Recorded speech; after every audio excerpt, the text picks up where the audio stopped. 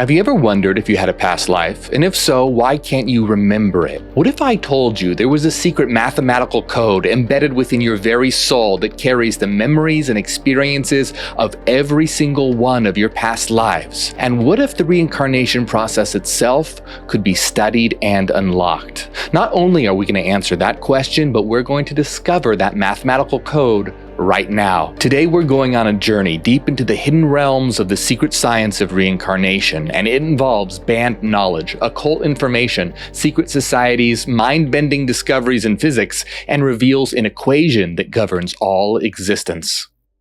When it comes to reincarnation, the big question is, why don't we remember our past lives? We're going to answer that, but think about this. I want you to look around you and take a minute to realize that nothing ever ends. Everything in the universe, it continues. Wood burns and transforms into ashes and heat. Water flows down a river and always goes somewhere. Even if it boils, it turns into steam, still existing, but just in a different form. This continuity, this transformation is a fundamental law of the universe. So wouldn't it be kind of strange if your mind, your subjectivity, your consciousness was the only thing that didn't follow this law?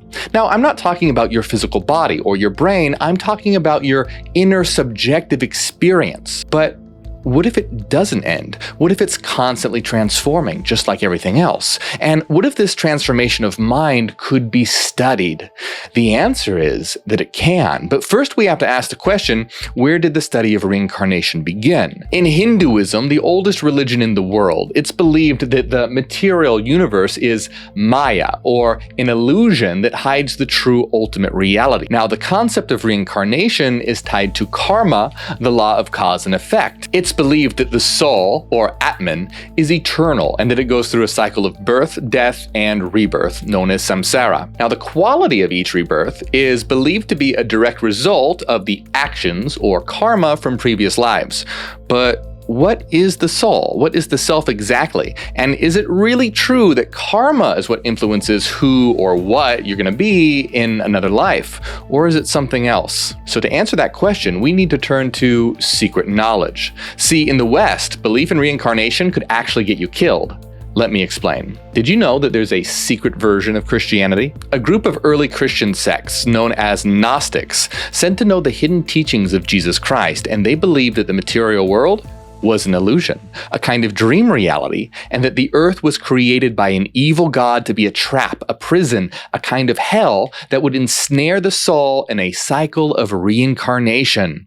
Well, the church saw their teachings as heretical, and their scriptures were burned, and some of their followers were even put to death. But what if they were close to the truth? The Gnostics taught that liberation of the soul wasn't obtained through faith or avoiding sin or karma, but through knowledge, through knowing themselves and the truth of existence. See, a lot of people think that reincarnation is about being a good person, right and wrong, or that it's controlled by karma, but what if it was another kind of process altogether? And what if we could study this process and unlock its secrets scientifically, mathematically? One of the earliest proponents of reincarnation in the West was none other than Pythagoras. Now, you probably remember learning the Pythagorean theorem in school, but did you know that Pythagoras said he could remember his past lives? He called the process of reincarnation the transmigration of the soul, and Pythagoras claimed that he'd been a Trojan warrior, a peasant, and a beautiful woman. Pythagoras was also said to have known the secrets of the universe, and he even began his own secret society where members had to take a vow of silence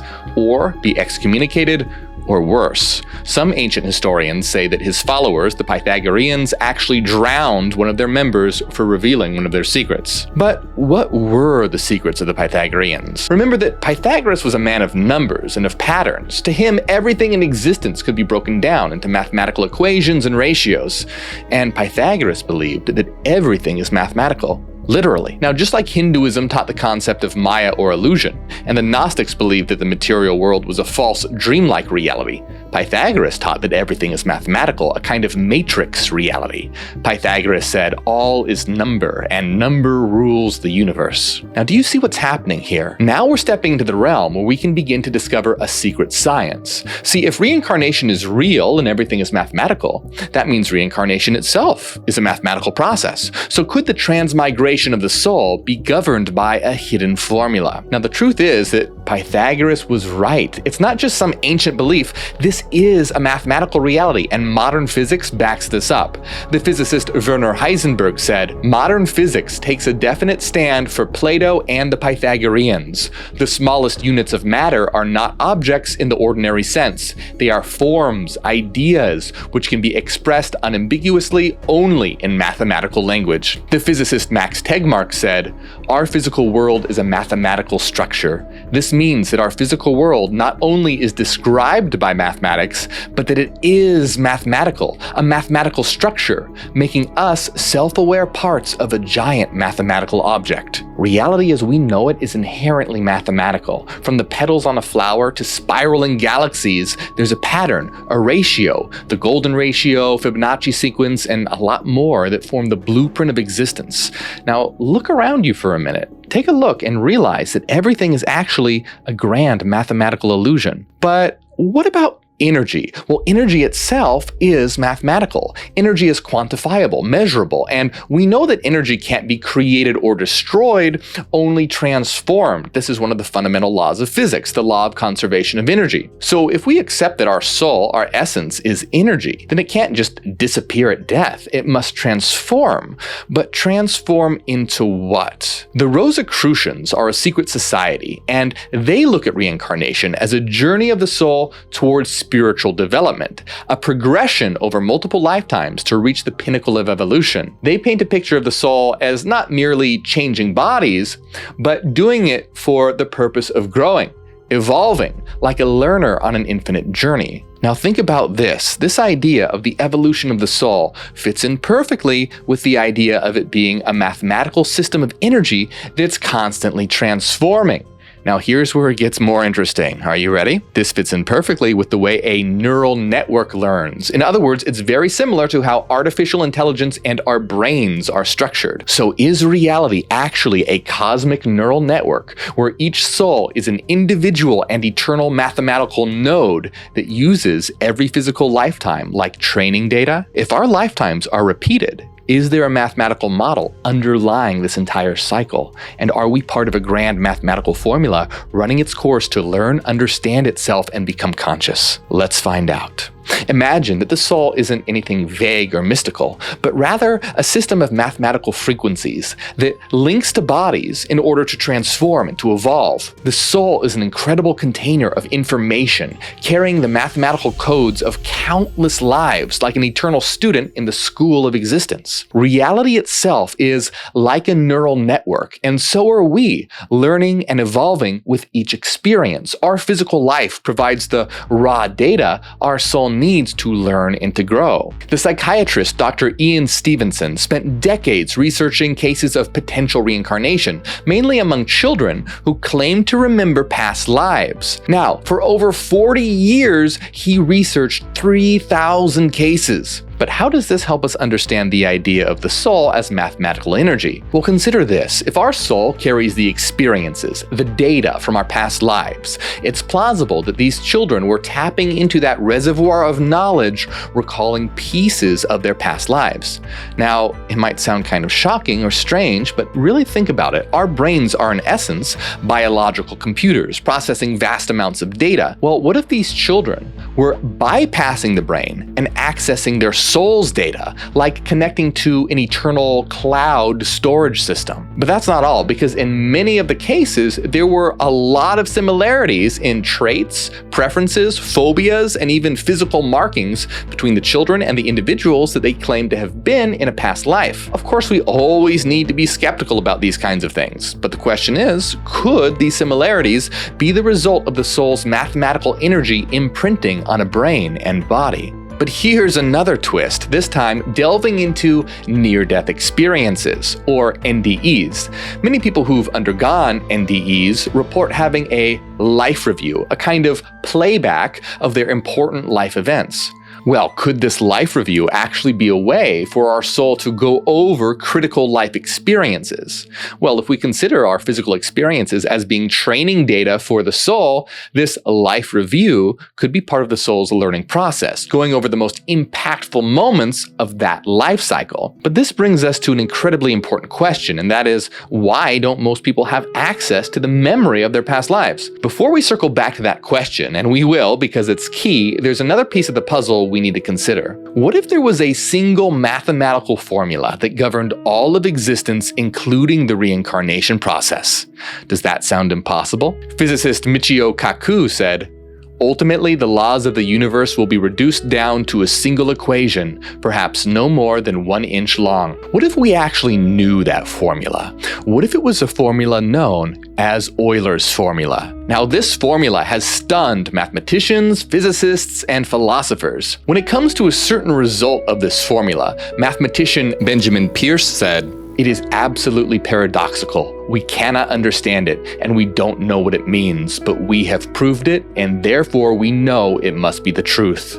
And mathematician Keith Devlin said, "Like a Shakespearean sonnet that captures the very essence of love, or a painting that brings out the beauty of the human form that is far more than just skin deep, Euler's equation reaches down into the very depths of existence." Euler's formula, named after the great Swiss mathematician Leonhard Euler, might be more deeply intertwined with the nature of our soul and reality than we ever imagined. Euler's formula, which is e to the ix equals cosine x plus I sine x, is profound, and it beautifully describes a perfect circle in the complex plane, symbolizing cyclical processes, much like the cycles of reincarnation. But what's really fascinating about this formula is that it gives birth to waves, and these waves or frequencies are the foundation of all waveforms. They form the basis of light, sound, and energy itself.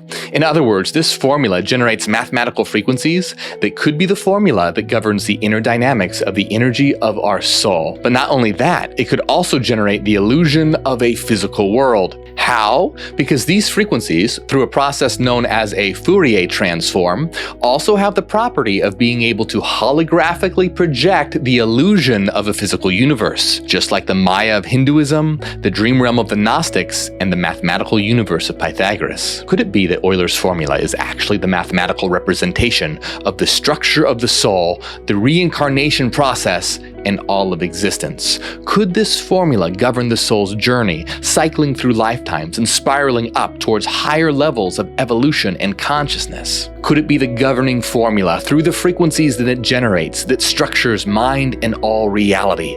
And could it be behind this cosmic neural network? In fact, in our system, this equation is so important, we call it the source formula. Imagine that your soul, my soul, every soul could be governed by this beautiful equation. You see, it's not just numbers and symbols, these are actually living frequencies. We are each individual songs in this symphony of existence. See, not only did Pythagoras see reality as mathematical, he saw it as music, because music is mathematical. He said, "There is geometry in the humming of the strings, and there is music in the spacing of the spheres." But what about the big question? If reincarnation is real, if our soul carries the data from our past lives, then why don't we remember them? See, remembering everything might not be as beneficial as it might seem at first. Imagine remembering every single meal that you've ever had, every sensation, every painful moment. It would be pretty overwhelming, right? In the grand scheme of existence in this universal cycle, our soul's journey could span millions and millions of years